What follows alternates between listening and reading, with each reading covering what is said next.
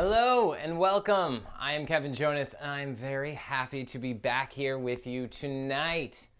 Thank you again to Christina for hosting last night. You did an amazing job as always. You guys were actually probably love to have her back, tonight, but too bad you're stuck with me. It's been another rainy day here in New York, but we are just gonna make our own fun and give away some money. Let's see that prize screen. That's right. We got some money for you. 100 big ones coming your way. Sorry we made you wait there for a minute. We just thought anticipation would make it great. All right, so for anyone new, this is how we play the game. I'll be asking a series of increasingly difficult trivia questions. First, there will be 2, then 3, then 4 answers for you to choose from.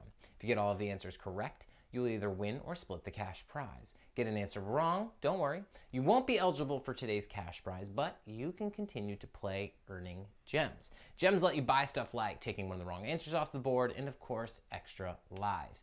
These keep you in the game even if you get a question wrong, except for question 12. Now, don't forget the easiest way to get extra lives. Just invite friends to play and have them use your referral codes. Alrighty. Well, thank you so much for all my birthday wishes yesterday. You made me feel very loved. I felt you on social media. I did. So thank you for giving me the night off to kind of hang with my fam. All right. I will talk to you, and again, right now, I'm not going anywhere. I don't know where my brain is at. I'm sorry. Here we go. Let's shake it off. It's like a Monday, but it's a Tuesday. Here we go. Question number 1. On their cereal boxes, zoo animals or athletes? Zoo animals or athletes?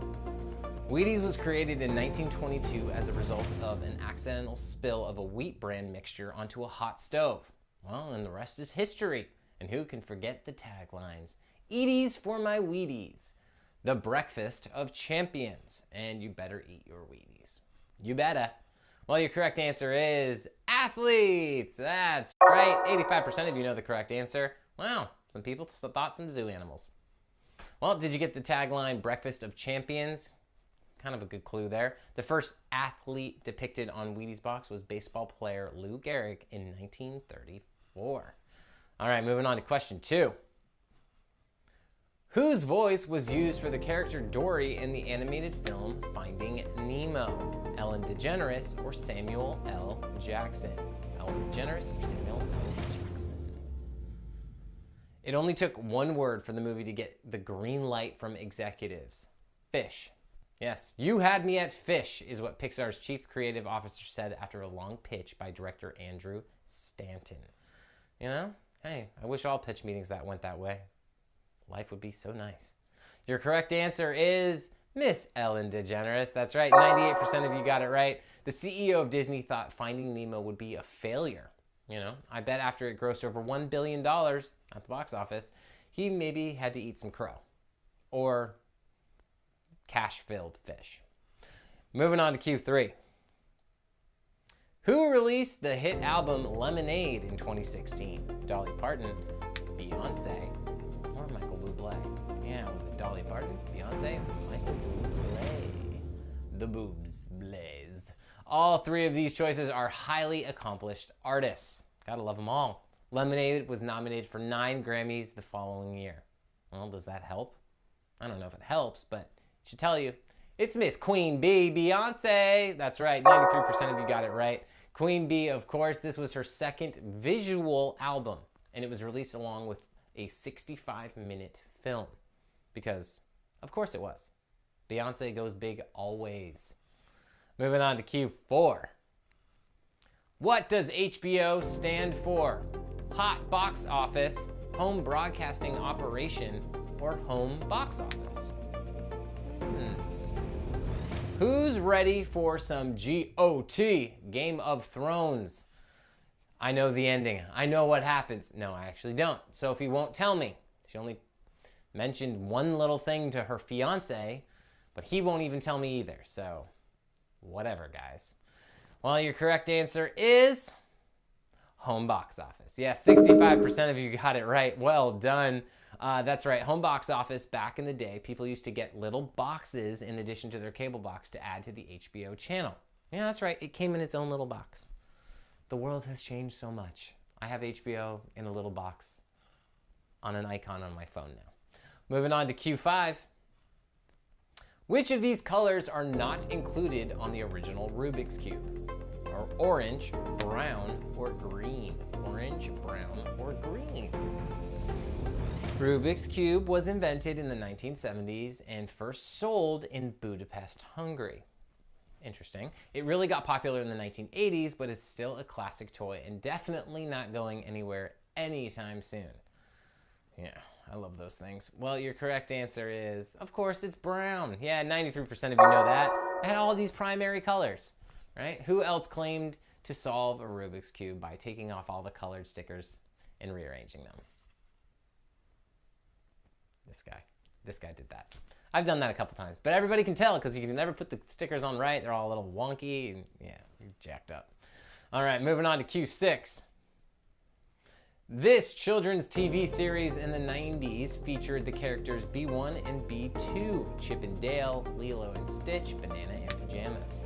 Chip and Dale, Lilo and Stitch, Bananas and Pajamas. Pajamas. The Australian children's television series premiered in July of 1992 on ABC. B1 and B2 were deemed popular and iconic enough to appear in the closing ceremonies of the Sydney Olympics. That is impressive. Now, B1 and B2 are probably very good for you, vitamin-wise, but we're talking about Bananas and Pajamas. That's right, Banana 1, Banana 2. Yeah, the characters were inspired by a 1969 song written for children by British composer Carrie Blyton. The song describes an unspecified amount of bananas in pajamas chasing teddy bears. Sounds like a horror film. All right, moving on to Q7. John Krasinski reportedly flew over 6,000 miles to see his family every weekend while filming what TV series? Jack Ryan, 13 Hours, or The Office? Ryan, 13 Hours, or The Office. Krasinski married celebrity British actress Emily Blunt in 2010. The two met through a mutual friend, and their first date was actually at a gun range. This show was actually one big gun range. Did that help you? Well, your correct answer is Jack Ryan. Yeah, 36% of you got it right. Ooh, that was a tough one for a lot of people. Sorry about that. Yeah. While he was most widely known for his role as Jim Halpert on the NBC sitcom The Office, it was Jack Ryan that kept him so far away from home and his family. John Krasinski performed most of his own stunts on Jack Ryan, so that's pretty cool. He also performed most of his own stunts while on The Office. You know, like leaning back in the chair. I think it's dangerous. Moving on to Q8. At the end of Mel Brooks' Robin Hood Men in Tights, Robin calls for a locksmith to unlock what? His shackles, a chastity belt, or the castle gate? His shackles, a chastity belt, or the castle gate? Does anyone do ridiculous slapstick comedy better than Mel Brooks? Yeah, nope. Let's not forget the genius that was Spaceballs. I see your Schwartz is as big as mine. Maybe Monty Python might do it. Well, not that I'm trying to start a debate, but, you know, it's pretty good too. But it's not Mel Brooks. All right, your correct answer is a chastity belt. Yeah, 55% of you getting it right. Yeah, do you remember that for some reason the chastity belt had a Everlast belt buckle on it, like a boxing champ? Yeah.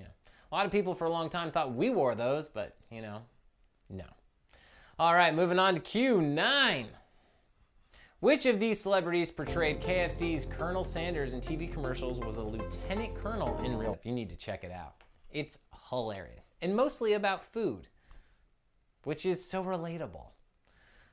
Anyway, I don't think people really liked Rob Lowe as the KFC colonel, but I loved him because he was just being Rob Lowe as a colonel in a costume. No accent, no change of voice. Responsible for I Want to Break Free and Somebody to Love was born in which country? India, Tanzania, England, or Israel? I want to break free. Oh God, do you know these songs? Our studio head Charlie won't stop playing them, so maybe I've heard them a little too much recently. Well, here's a clip. It's also too late, but I'll give it to you anyway. The singer was voted number 59 in the BBC's poll of... Your correct answer is Tanzania. Yeah, 21% of you got it right. The one and only Freddie Mercury, born in 1946 in what was then known as Zanzibar, which is now Tanzania. So we're clarifying so you don't get mad at us later. Have you guys seen Bohemian Rhapsody yet? I've heard it's incredible. I want to see it so badly, but I will not go to a regular theater to see it. I need to see it in the Dolby surround sound, like IMAX experience, so my face literally just melts off with like just glorious Queen music. Enough about me. Moving on to question 11. In the show Friends, what is the name of Joey's imaginary friend? Franklin, Miller, Maurice, or Sylvester? Franklin, Miller, Maurice, or Sylvester? Yes, we like Friends around here. I love Friends. You should love Friends. We are going to have more Friends trivia. Possibly an entire night of Friends trivia. I don't know. We've talked about it. And we're not sorry about it. Here we go. Your correct answer for the imaginary friend is Maurice. Yes, 52% of you got it correct. We found out about this during a How Well Do You Know contest between the girls and the guys on the show, which the girls lost because they couldn't answer what Chandler did for work. He was a paleontologist. No, sorry, that was Ross. What did he do for work? Other than bad jokes. Kind of like me on this show. All right, our final question of the night. With 11 of you still in for the cash prize. Somebody's taking home some money, I can tell. I'm giving money away. All right, here we go. Question 12. The singer who posed next to Britney Spears wearing head-to-toe denim made an appearance in which of these shows? Touched by an Angel, Buffy the Vampire Slayer, Walker, Texas Ranger, or Seven Hidden? A little clue for you to help you realize if you got this right or wrong. The singer we're talking about got his start on the Mickey Mouse Clubhouse and made it big with a boy band. And also wore head-to-toe denim next to his leading lady at the time, who was also in denim. Oh, the early 2000s. Your correct answer is Touched by an Angel. That's right. 15% of you got it right. Well done. Almost all of you thought it was Seventh Heaven. And so did I when I did my rehearsal. The denim-wearing man was none other than Justin Timberlake, and Justin made an appearance on Touched by an Angel in 1999. Other celebrities to have appeared on the show: Shia LaBeouf, Kirsten Dunst, Jack Black. Just to name a few. Well, do we have some winners? Let's find out. You're correct. Yes, we do. We have 3 winners sharing the prize. $33.33. But someone gets 34 cents because that's how math works. Yeah. Mego414, Haley, and Tetsujin D. Tetsujin. That sounds like Haruken. All right. Well, thank you so much for joining us tonight. We greatly appreciate it. We are so grateful that you come and join us on Pop Culture Live all the time. Take a breath, go to bed, wake up tomorrow. Let's do it again. I'll see you here tomorrow.